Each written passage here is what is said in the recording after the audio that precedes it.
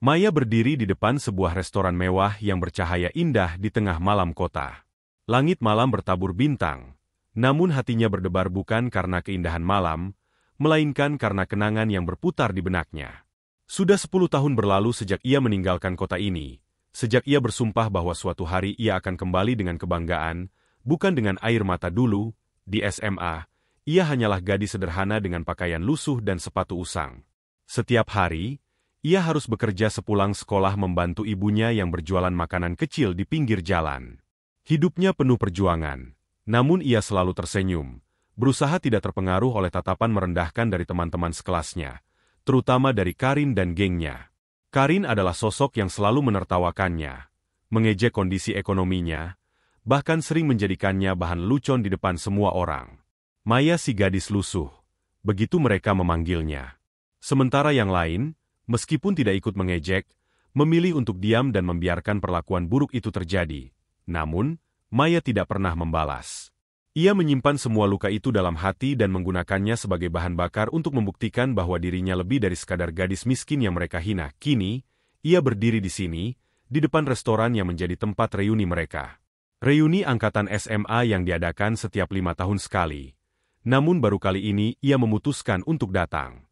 Bukan untuk membalas dendam, bukan untuk mempermalukan siapapun, tetapi untuk melihat apakah mereka masih sama seperti dulu, dan apakah mereka akan mengenalinya setelah sekian lama. Dengan langkah ringan, ia memasuki restoran. Di dalam, suasana sudah ramai. Para mantan teman sekelasnya berpakaian elegan, tertawa bersama, mengenang masa lalu. Maya melangkah perlahan, matanya menelusuri ruangan, hingga sebuah suara yang masih ia kenali memanggilnya. Lihat siapa yang datang. Suara itu milik Karin. Ia menatap Maya dari ujung kepala hingga kaki dengan ekspresi mencemooh. Maya?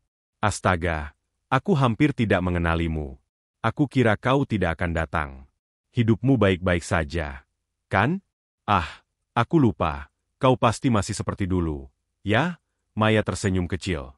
Ia belum menjawab ketika Roni, salah satu anggota geng Karin, ikut menimpali. Oh, baju yang sederhana sekali. Tidak berubah. Ya? Atau jangan-jangan kau hanya mampir ke sini karena lapar? Tawa kecil terdengar di antara mereka. Maya tetap diam, hanya tersenyum lembut. Lalu, tanpa berpikir panjang, Karin menyeringai dan berkata, "Hei, daripada diam saja, bisa tolong ambilkan minuman untuk kami? Para pelayan sibuk, dan kau sepertinya tidak ada kerjaan, kan?" Beberapa orang yang melihat kejadian itu merasa tidak nyaman, tetapi tak ada yang berani membela Maya. Mereka hanya menunggu bagaimana wanita itu akan merespons. Maya menatap mereka sebentar, lalu dengan tenang mengambil beberapa gelas minuman dan menyerahkannya kepada mereka. Saat itu, ia bisa merasakan betapa rendahnya mereka memandangnya. Namun, yang mereka tidak tahu adalah bahwa sebentar lagi segalanya akan berubah. Maya menyerahkan gelas minuman dengan senyum tipis. Ia tahu mereka masih memandangnya sebelah mata, tapi ia membiarkan mereka tenggelam dalam asumsi mereka sendiri. Karin menerima minuman itu dengan angkuh. "Nah, begitu lebih baik," katanya, lalu tertawa kecil. "Siapa sangka? Dulu kau sering kami suruh-suruh, dan sekarang pun tetap sama." Beberapa orang memang tidak ditakdirkan untuk sukses. Roni ikut menimpali. "Jangan terlalu kasar, Karin. Mungkin dia memang nyaman jadi pelayan. Kau tahu, tidak semua orang bisa naik kelas dalam hidup mereka." Beberapa orang di sekitar mulai merasa risih, tapi tak ada yang cukup berani untuk menyela. Bagaimanapun, Karin dan gengnya masih memiliki aura penguasa seperti saat SMA dulu. Sementara itu, Maya tetap tenang, matanya berkilat sejenak, tapi ia tetap tersenyum. "Senang melihat kalian tidak berubah," katanya santai. Karin tertawa sinis. "Jelas, kami tetap sukses. Aku sekarang punya bisnis sendiri, butik fashion eksklusif. Suamiku juga pebisnis. Kami sering makan di tempat-tempat mewah seperti ini. Sayang, kau masih berada di posisi yang sama seperti dulu, benarkah?" Maya menatapnya dengan ekspresi tertarik. Karin melanjutkan, "Ya, dan kupikir kau datang ke reuni ini untuk mencari peluang kerja dari kami. Aku bisa memberimu pekerjaan kalau kau mau. Mungkin jadi asisten di butikku?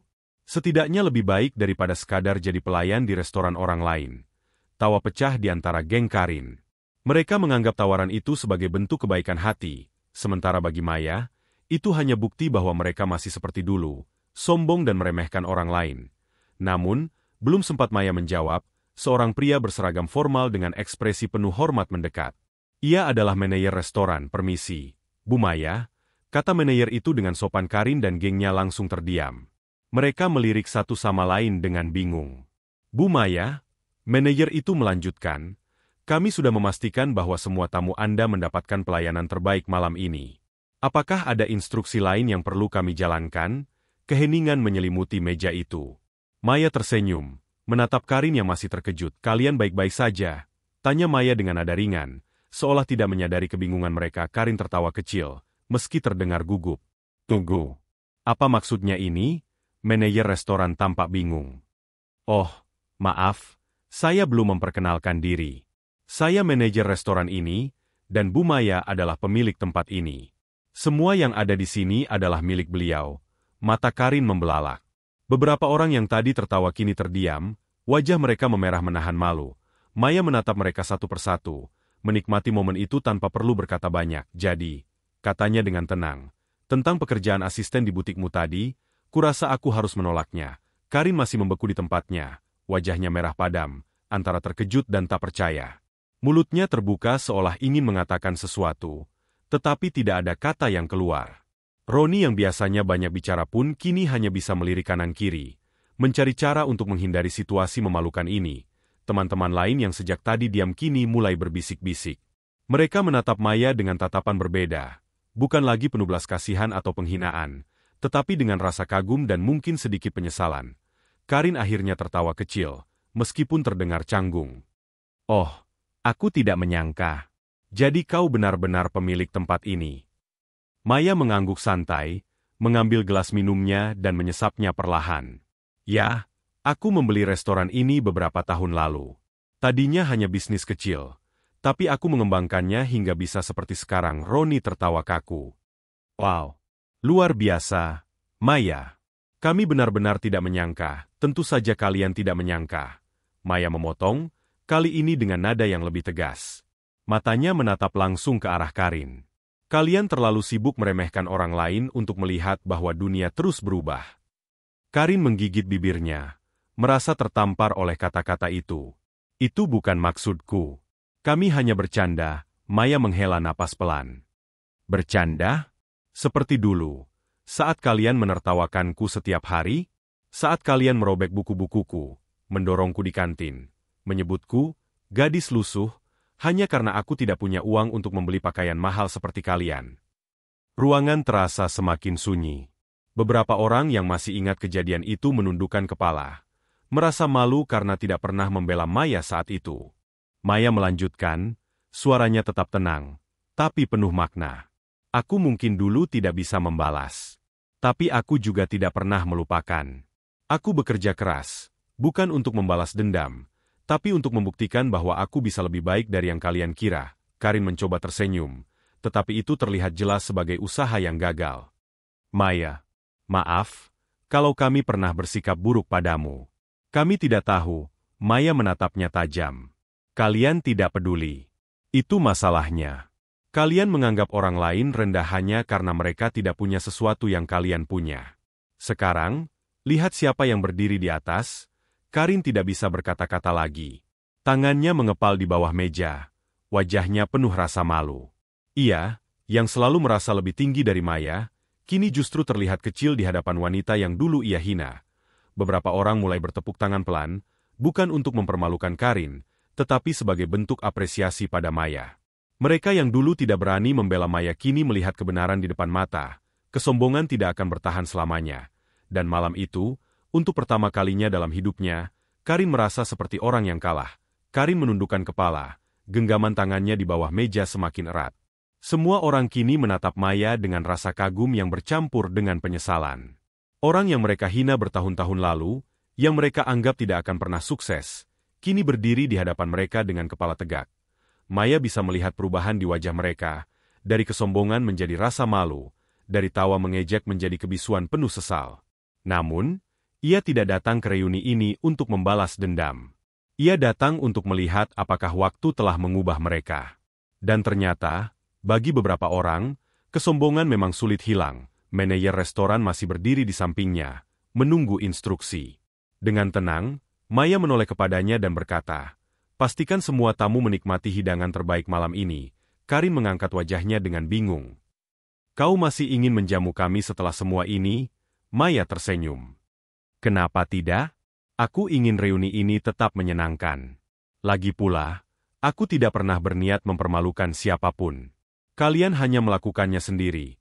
Tawa kecil terdengar dari beberapa tamu yang sejak tadi diam. Karin semakin tersipu, merasa kata-kata Maya lebih menusuk daripada 1000 ejekan. Maya mengambil gelasnya dan mengangkatnya sedikit. "Untuk kita semua. Untuk perubahan, pelajaran, dan kehidupan yang terus berjalan."